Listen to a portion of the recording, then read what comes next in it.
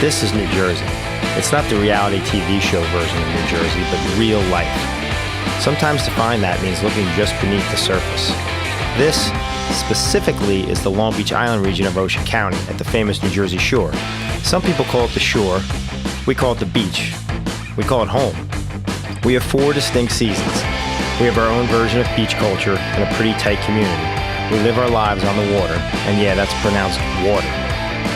This is the Long Beach Island region as you've never seen.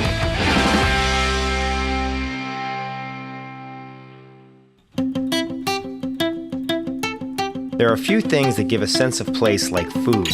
We don't have any chain restaurants on LBI, and we like it that way. It's real, it's local. For a lot of the year, regional farms and fishing provide pretty well for us. But if you take a closer look, we've got amazing and delicious food sources right here in our bay and on our island. The blue-clawed crab can be found in bays and estuaries from New England to South America, but they're famous in the Barnegat Bay for their brilliant coloring and that delicious sweet meat. They've been a food source since the native Lenni Lenape and a major part of the bayman lifestyle, a heavy influence on our culture here. The blue claw is an omnivore. It eats clams, plants, small fish, pretty much whatever it can scavenge. And they can be nasty little suckers. After lying dormant in the mud for the winter, blue claw crabs emerge and start feeding in the late spring. Crabbing, cooking, cleaning, and eating crabs are traditions that go back generations.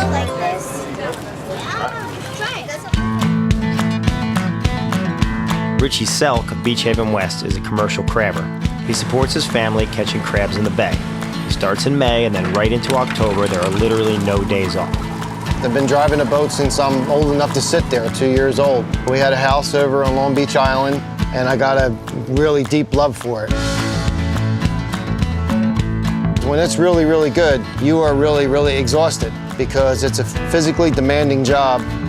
You hook the buoy, pull the trap up, you dump it in the cull board and pull the old bait out, put new bait in. As you drive up on the next buoy, you throw it over. They get sorted number 1s and number 2s, and the females all got to go in their own basket. I build my own traps, so it takes up a good part of the winter putting the traps together and painting the buoys and rope work and boat work, and going out there on the bay is actually the easy part of the whole thing.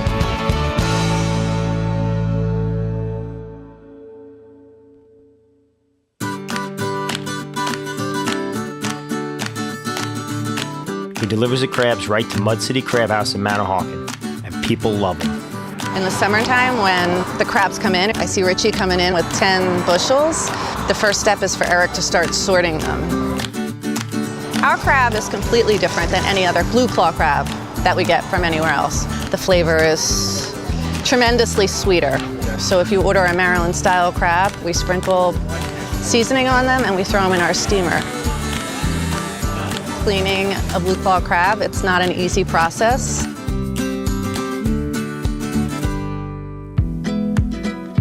I love the families that come here year after year for the crabs. They're my favorite people. You want a bite?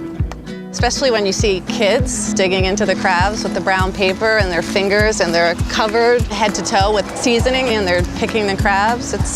It's amazing. Well, it's fun for the kids, you know, like that's basically what it's all about. When you say the word crab to me, I go right back to 1977, sitting on my grandmother's back porch in Beach Haven West. We wanted to evoke that feeling. My grandmother had a house in Surf City. We'd go out on a boat, catch crabs, bring them back, clean them. We ate them with the lids on, as we say, cooked them live.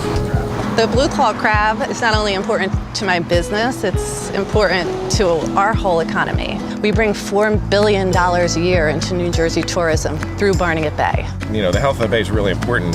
So many people that actually make their living off the bay. The Barnegat Bay is a treasure. Everything relies on the health of Ocean County's watershed and what we're doing to protect that environment. That morsel right there is the pride of our bay. When there's plenty of money and it's good, it's easy to be happy with it. The trouble is being happy with it when it's really, really bad. And if you're not out there for the bad, you'll never know the good happens. If you're happy when it's bad, then, well, that's when you know you picked the right thing.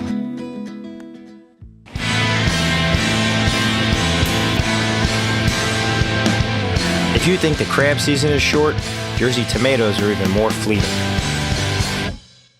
From roadside farm stands to our backyard gardens, we love these tangy fruit/veggies, but they only grow July through September, and then they're gone.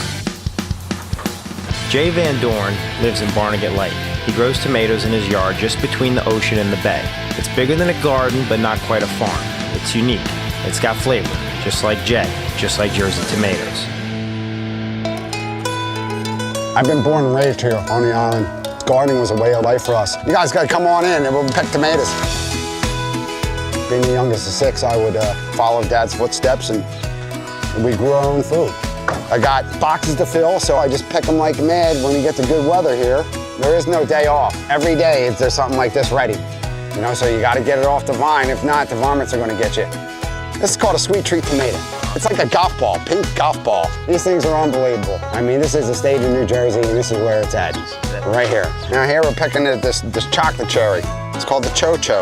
Again, very, very sweet. You gotta find one that's real nice and brown. This is a heavy, heavy producer. Like, you gotta be kidding me, you know? Like, look, this is really one of my favorites. I love them both. I love the sweet treat, and I love the chocolates.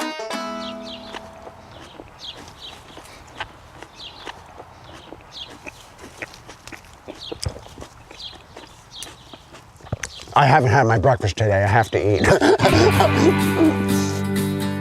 Now this variety here is called a green grape. It's really brand new variety. Here is a new red cherry variety. It's called a Harmony. It's got a little more meat to it. There's no chemical in the garden. Just try a few different varieties, and then when you get the ones you like, they're the ones you're gonna grow. It's very hard to teach somebody this. I mean, to have a passion to come out here and just, this is what you do. You're looking at a guy who lives, eats, and sleeps and breathes a freaking tomato. And the proof's in the pudding, and this is it. The tomato. This variety here is the Golden Rave. This is what they look like, folks. I mean, it's a true Easter eggs of the summer. I like to pick them with the hat on, keeping that hat on right there. And it just seems to me that preserves the freshness of the fruit. It's virtually very little handling. Straight off the vine, straight into this box, shipped, 4 miles right down the road. Black-eyed Susan and Harvey Cedars into his back door, his kitchen. And then he's ready to rock and roll.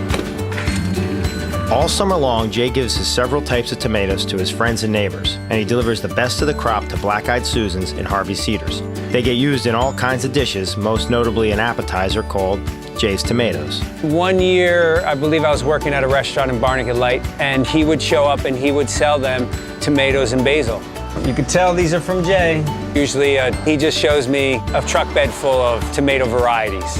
As many varieties as we could get on the plate, we put it on the plates. We have the Momenteros, the Momos like he calls them, some Yellow Boys, chocolate cherries, a couple Golden Delicious in there as well too. It's called Jay's Tomatoes. We harvest our own sea salt, we make our own farmer's cheese, and we put our own grilled sourdough onto it. But his tomatoes are the main focus.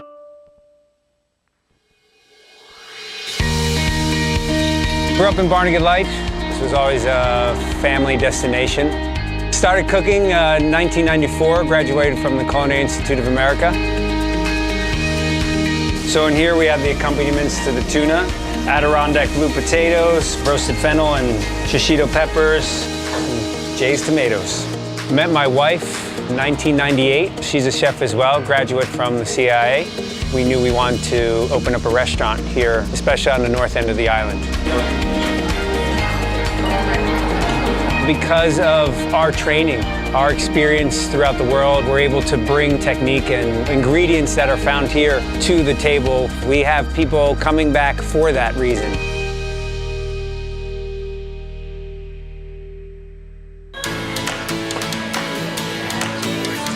I think that the flavor of food is so much better when it's not caked with pesticides and all that stuff. It melts in your mouth. It's so delicious. Right. I mean, Jersey tomatoes are good, but these are even better than, normal.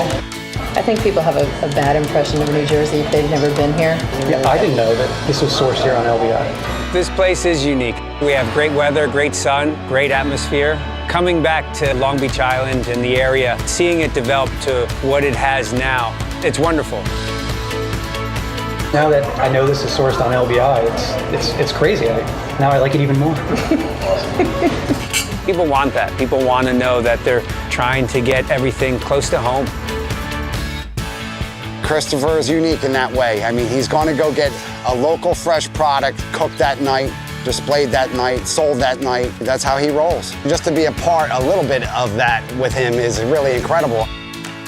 Jay's Long Beach Island, Jay's Barnegat Light.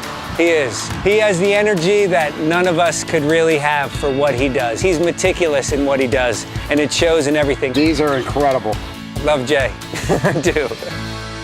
It's like anything. When you find something that you really, truly enjoy, it's not work no more, fellas. This is all fun and games. When I was a little kid, I used to go outside and play. This is what I've learned to do my whole life.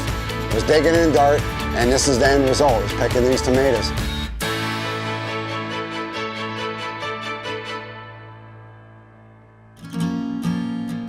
These are just a few stories from the Long Beach Island region. Keep an eye out for countless more in future episodes when we start scratching just beneath the surface.